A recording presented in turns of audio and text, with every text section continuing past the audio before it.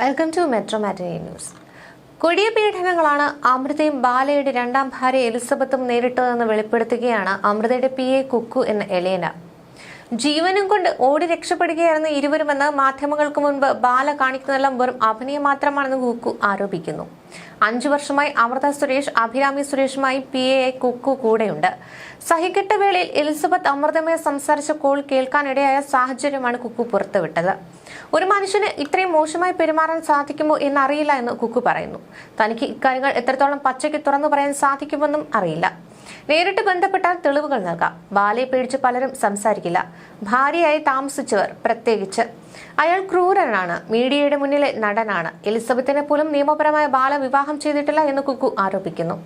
ബാലയുടെ പക്കൽ തോക്കുണ്ട്. ഒരിക്കൽ അമൃതയുടെ വീട്ടിൽ വടിവാളുമായി വെട്ടാൻ ചെന്ന സാഹചര്യമുണ്ട്. പേടി കാരണം ഒന്നിച്ചു നിൽക്കുകയാണ് തങ്ങൾ. അമൃത കടന്നുപോയ പീഡനങ്ങളെക്കുറിച്ച് നന്നായി അറിയാം. അതിനേക്കാളും മോശമായ കാര്യങ്ങളാണ് ബാലയെക്കുറിച്ച് താൻ കേട്ടത്. ഇത്രയും മോശമായി ഒരാൾക്ക് ജീവിക്കാൻ സാധിക്കുമോ എന്നറിയില്ല. ഭാര്യയെ സ്നേഹിക്കുന്ന ഭർത്താവോ മകളെ സ്നേഹിക്കുന്ന അച്ഛനോ അല്ല. ബാല എവിടെയോ വെച്ച് താലി കെട്ടി. 6 മാസത്തിനു ശേഷമാണ് എലിസബത്തുമായി റിസപ്ഷൻ നടത്തിയത്. വിവാഹശേഷം ബാല വീട്ടിൽ മദ്യപിക്കാൻ കൂട്ടുകാരെ വിളിച്ചുകൊണ്ടുവരും. അമൃതയുടെ ഫോൺ നശിപ്പിച്ചു.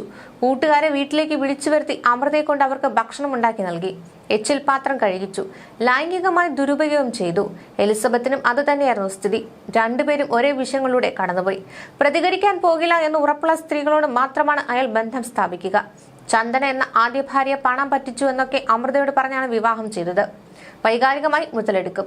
വീട്ടിൽ പ്രേതബാധയുണ്ട് എന്ന നിലയിൽ സൗണ്ട് എഫക്ട് വെച്ച് അന്തരീക്ഷം സൃഷ്ടിക്കും. ഒരുപാട് പെണ്ണുങ്ങളെ വിവാഹം ചെയ്യുമെന്ന് പറഞ്ഞ് ഒരു ലിസ്റ്റ് തയ്യാറാക്കിയിട്ടുണ്ട്. സുഹൃത്തുക്കളുടെ മുന്നിൽ ചില മോശം കാര്യങ്ങൾ ചെയ്യിച്ചു. ഭാര്യ 3ഓളം തവണ ജീവനെടുക്കാൻ ശ്രമിച്ചു. ഗതികേട് കൊണ്ടാണ് കുഞ്ഞ് ഒടുവിൽ വീഡിയോ ചെയ്തത്. വീഡിയോയിൽ കുഞ്ഞ് തന്റെ ജീവിതത്തിലെ സന്തോഷം എന്തെന്നും ജീവിതത്തിലെ ഒരേ ഒരു ബുദ്ധിമുട്ടായി അച്ഛന്റെ വീഡിയോകൾ ഉണ്ട് എന്നും പറഞ്ഞിരുന്നു. കുഞ്ഞ് ക്ലാസ്സിൽ ഫസ്റ്റാണ്. മുൻപും ഇൻസ്റ്റാഗ്രാം വീഡിയോസ് നല്ല രീതിയിൽ ചെയ്തിട്ടുണ്ട്. കുഞ്ഞിനെ പഠിപ്പിക്കുന്നതുമെല്ലാം അമൃതയാണ്. അച്ഛൻ ഒരു സമ്മാനം പോലും വാങ്ങി നൽകിയിട്ടില്ല. ബാലയ്ക്ക് വലിയ രീതിയിൽ PR വർക്കും ഉണ്ട്. അമൃതയും എലിസബത്തും ഒരുമിച്ചിറങ്ങിയാൽ ബാല ജയിലിനകത്ത് പോകും.